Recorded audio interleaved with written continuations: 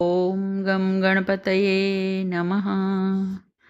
ॐ ऐं સરસ્વત્યે નમઃ. કર્મયોગમાં બે વાતો મુખ્ય છે: કર્તવ્ય કર્મોનું આચરણ અને કર્તવ્ય કર્મોની સમજ. આગળ ત્રીજા અધ્યાયમાં ભગવાને કર્તવ્ય કર્મોના આચરણ ઉપર વિશેષ ભાર આપીને કર્તવ્ય કર્મોનું પાલન કરવાનું આવશ્યક બતાવ્યું.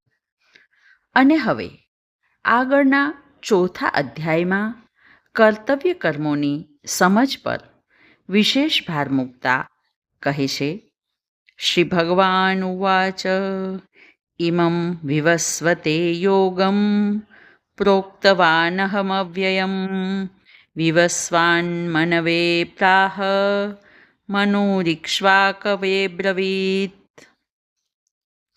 ભગવાન બોલ્યા, મેં આ અવિનાશી યોગ વિવસ્વાનને શીખવ્યો, વિવસ્વાને મનુને શીખવ્યો અને મનુએ ઇક્ષ્વાકુને શીખવ્યો.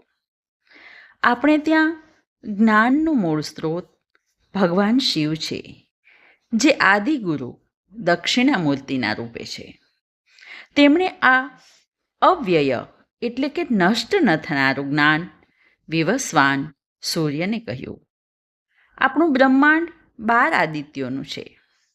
પ્રત્યેક આદિત્યને પૃથ્વી જેવા ગ્રહો છે, જે પોતપોતાના સૂર્યના ગુરુત્વાકર્ષણમાં ચક્કર લગાવી રહ્યા છે. આવા 12 સૂર્યોમાંનો એક આપણો સૂર્ય, જેને વિવસ્વાન કહે છે.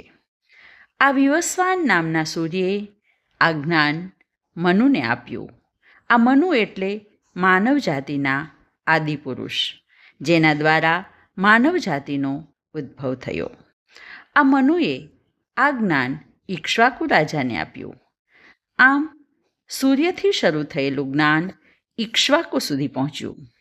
ફરી આગળ કહે છે: એવં પરંપરા પ્રાપ્તમીમં રાજર્ષયો વિદુ સકાલે નેહ મહતા યોગો નષ્ટ પરંતપ.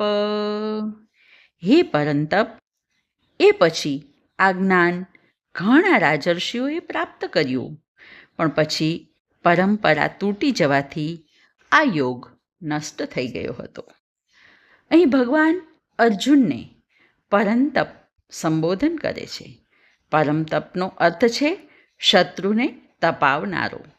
અર્જુન પણ એવો યોદ્ધો છે, જેના ડરથી શત્રુઓ ફફડે છે. વળી આ શ્લોકમાં બીજો એક શબ્દ છે રાજાને માટે રાજર્ષય. બધા રાજાઓ ઋષિ નથી હોતા, તેથી જે ઋષિ જેવું આચરણ કરે છે તે રાજાને રાજર્ષિ કહે છે. અને એટલે જ શાસ્ત્રોમાં ઉલ્લેખ છે કે બ્રહ્મ વિદ્યા શીખવા માટે વેદવ્યાસના પુત્ર શુકદેવ મહારાજ જનક પાસે ગયા હતા. પરંતુ પછીથી આ પરંપરા તૂટે છે. ધીમે ધીમે રાજાઓ આ જ્ઞાનની પરંપરાથી દૂર થતા ગયા અને આખરે આ યોગ મનુષ્ય લોકમાં લુપ્તપ્રાય થઈ ગયો.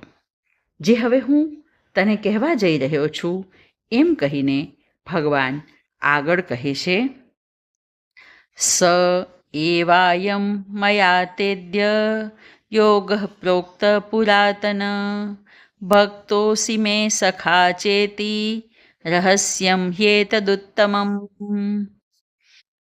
એ જ પ્રાચીન યોગને હવે આજે હું તને સંભળાવીશ, કારણ કે તું મારો ભક્ત છે અને મિત્ર પણ છે.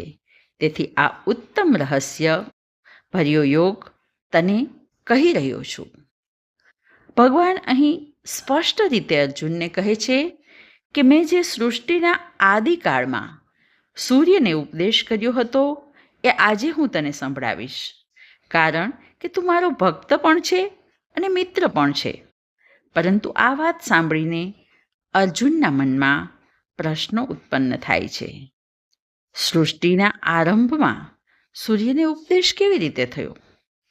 એટલે અર્જુન પ્રશ્ન કરતા પૂછે છે: અર્જુન ઉવાચ अपरं भवतो जन्म परं जन्म विवस्वत कथमेतद्विजानीयां त्वमादौ प्रोक्तवानिति. તમારો જન્મ સૂર્યના જન્મ પછી થયો હતો, તો પછી આ યોગ સૂર્યને તમે પહેલાં શીખવ્યો તેમ મારે કેમ જાણવું? આ પ્રશ્ન અર્જુનને એટલા માટે ઉદ્ભવે છે કે અર્જુન માટે કૃષ્ણ વાસુદેવના પુત્ર છે, પોતાના મામાના દીકરા છે અને મિત્ર છે. તે કૃષ્ણને ભગવાન તરીકે જોતા નથી, અથવા એમ કહી શકાય કે તેઓ ભગવાનના જન્મ સંબંધી રહસ્યને જાણવા માગે છે. આજે બસ આટલું જ. હરિ ઓમ.